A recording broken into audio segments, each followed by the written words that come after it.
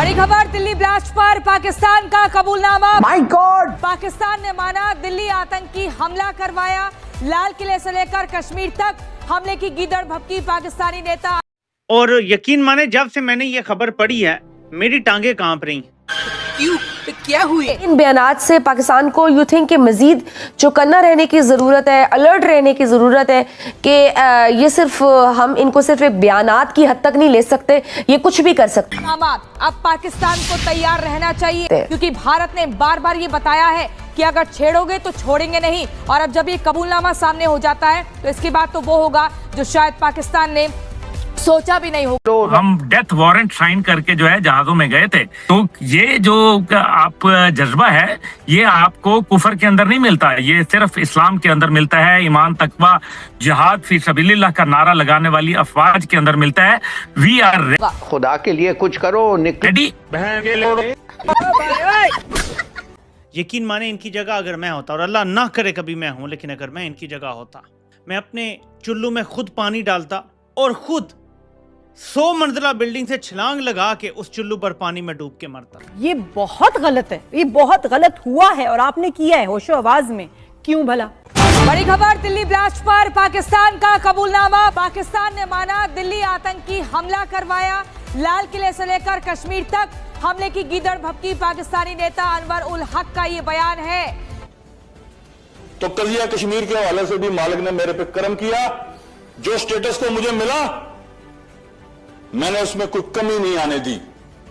इतना जरूर किया कि नरेंद्र मोदी को भी ललकारा, उसकी पूरी हुकूमत को भी ललकारा, उसकी कीमत भी दी, बोल के ये बात कही कि ये फितना खारिज नहीं है, फितना हिंदुस्तान है।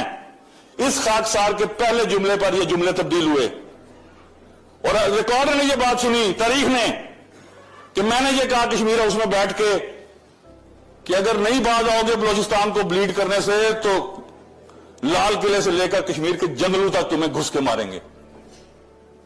और अल्लाह के फजलो करम से इस गुनाहगार के लफ्जों की अल्लाह पाक ने हुर्मत रखी।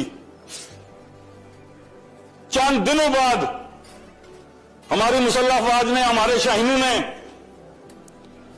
अंदर घुस के मारा और ऐसा मारा आज तक चारों की गिनती पूरी नहीं हुई। उसके बाद दूसरे बॉर्डर पर शरारत शुरू की गई।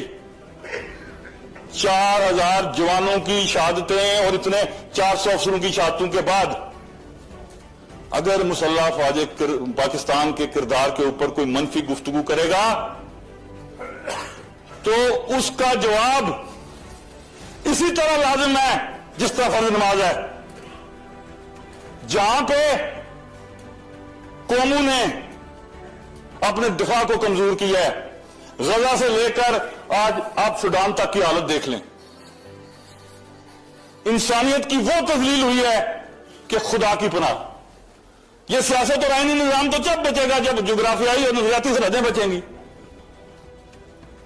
यह मेरा बयानिया है, आज से है, जब इस ऐवान का रुकन 2006 में बना था उस वक्त से है। तरीके आजादी कश्मीर के हवाले से बरमला यह बात कहता रहा, मुमलिकत खुदादाद पाकिस्तान के 24 करोड़ गयूर अवाम, पाकिस्तान का एटमी कुव्वत होना, पाकिस्तान। और दोस्तों, स्वागत है आपका हमारे चैनल पर। दोस्तों, दिल्ली ब्लास्ट होने के बाद सब लोग अंदाजा से लगा रहे थे कि कहीं ना कहीं इसमें पाकिस्तान का इन्वॉल्वमेंट है, और ये बात सच साबित हो गई है। जैसा आप लोगों ने इस वीडियो में देखा होगा किस तरीके से जो पीओके के इंटरिम पीएम बोला जाता है उनको, जो पाकिस्तान का एक पपेट है, वो उसको पीएम बनाए बैठा देता हुआ पीओके में, दिखाने के लिए कि हमारा वो स्टेट फ्री है। तो वहाँ के जो पीएम थे वो अभी पूर्व पीएम हो चुके हैं। उन्होंने खुलकर पाकिस्तान के प्रेसिडेंट हाउस में ये कहा है कि भाई साहब, हमने दिल्ली से लेकर और पहलगाम तक इंडिया को सबक सिखाया। यानी कि ये बात साबित हो जाती है कि पाकिस्तान गवर्नमेंट या पाकिस्तानी आर्मी दिल्ली ब्लास्ट में कहीं ना कहीं से इन्वॉल्वमेंट था उसका, और इसके सबूत उन्होंने खुद दे दिए। हमने उनको कुछ नहीं कहा, हमने कोई प्रपोजल नहीं रखा, उन्होंने खुद अपने राष्ट्रपति भवन में ये खड़े होकर एक्सेप्ट किया है कि भाई हाँ, हमने दिल्ली ब्लास्ट में और पहलगाम में इन्वॉल्वमेंट किया था।